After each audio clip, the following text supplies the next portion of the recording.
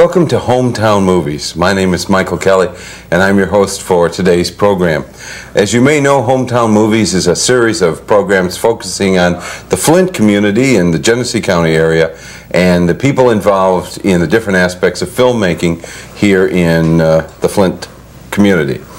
Our guest tonight is Ben Hamper. Ben Hamper is known for a variety of things here in the community. Most recently, he was one of the featured performers in Roger and Me. But Ben is also known for primarily his writing. Ben first came to broad public attention with a series of articles in the Michigan Voice on the theme of rivet heads, the stories of life on the line over at the General Motors plant. And Ben's new book is out. Ben, welcome to the show. Thank you. But my new book isn't out. Oh, well, it's done. It's done. It's done. Okay. When did you start writing? When did I start getting paid, or when did I start writing? When did you start? I started in high school.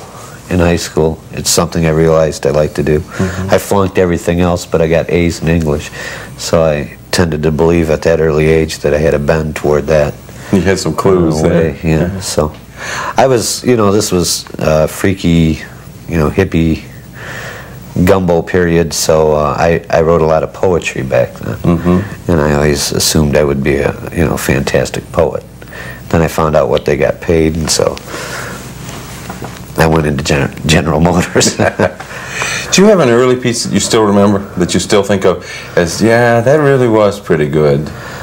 99.9 is total garbage, but yeah, there's a couple that, there was a poem I wrote called Oatmeal Lips that I like, which really wasn't anything but just jocular humor, intended to woo my girlfriend at the time, but a few others, When did you what was the first essay you wrote? Do you remember that one? Essay?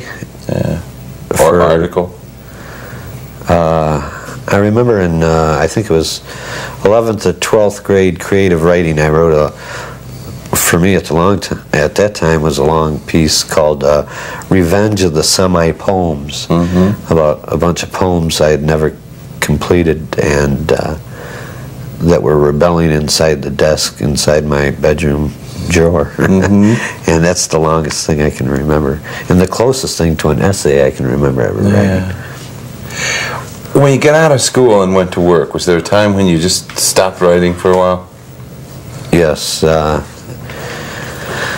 after I got out of school, I painted apartments for about 5 years, and I still fiddled around with the poetry and didn't reach a lot of success there, and realized there wasn't a lot of success to be gained there, especially with my talent. So I hired on with the screwball train at GM in 1977, and I did no more writing for about 4 or 5 years until I was reached and put in contact and sort of gelled with the Flint Voice at that time. What got you to do that? How did that happen? Well, I used to pick up the Flint Voice I remember I was unemployed in 1982, laid off from GM Truck and Bus here in Flint, and I used to pick up this little rag sheet that was for free at the liquor store next to my brother's house called the Flint Voice, and they had this little half-page thing where they did music reviews of popular rock bands and stuff, and it used to just turn my stomach, and I thought, well, I can do 3 times better than this without trying. So I sent in a few reviews, and one Michael Moore called me one day and suggested we have a meeting. He enjoyed the reviews, and the rest is history. What kind of response, when you were writing and publishing fairly regularly in The Voice, what kind of response did you get from your co-workers on the line?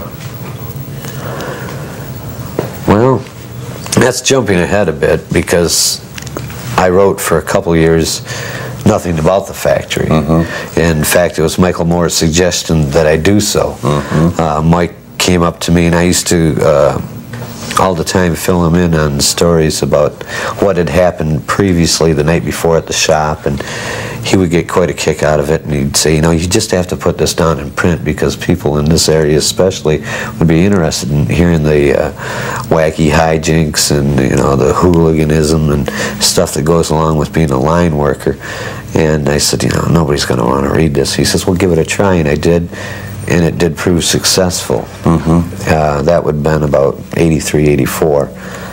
And it really did prove successful in the fact that, you know, I went from page like 16 to 12 to 4 to finally I was on the cover, you know, of every other issue. The Rivet Head speaks this, the Rivet Head does that, you know.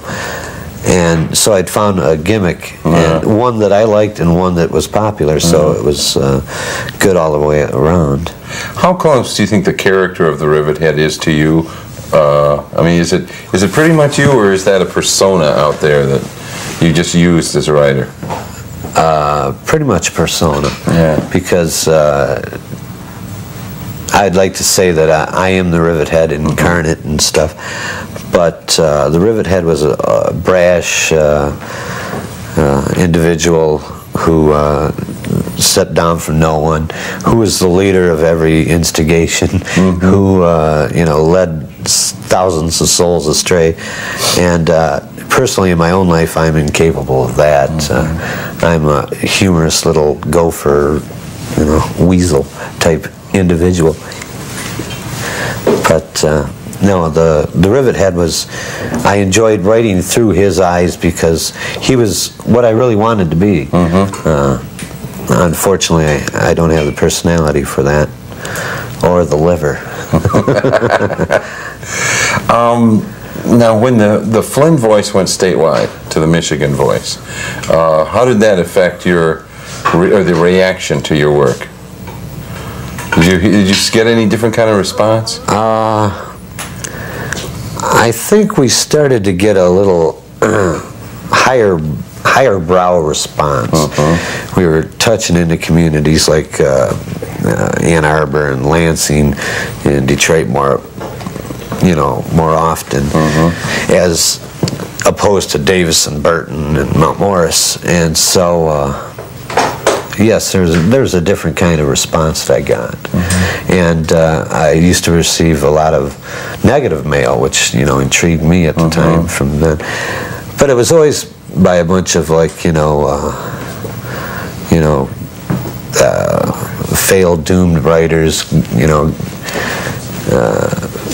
sitting around in dorms at U of M or CMU or wherever, Western Michigan, you know, wanting to critique my style and stuff.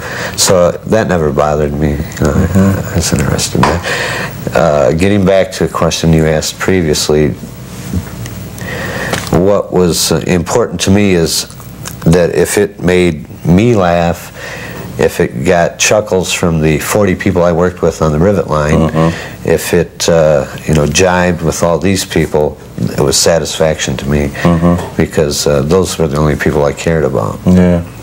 I can remember publishing things and getting these critical letters in, and I don't know if it was vanity or what, but I was always delighted. I figure, even if they're knocking me, what the heck, they cared enough to, you know, send in a letter. I mean, at least the work moved them that much, you know? Yeah. You know, negative response is a good thing, I guess.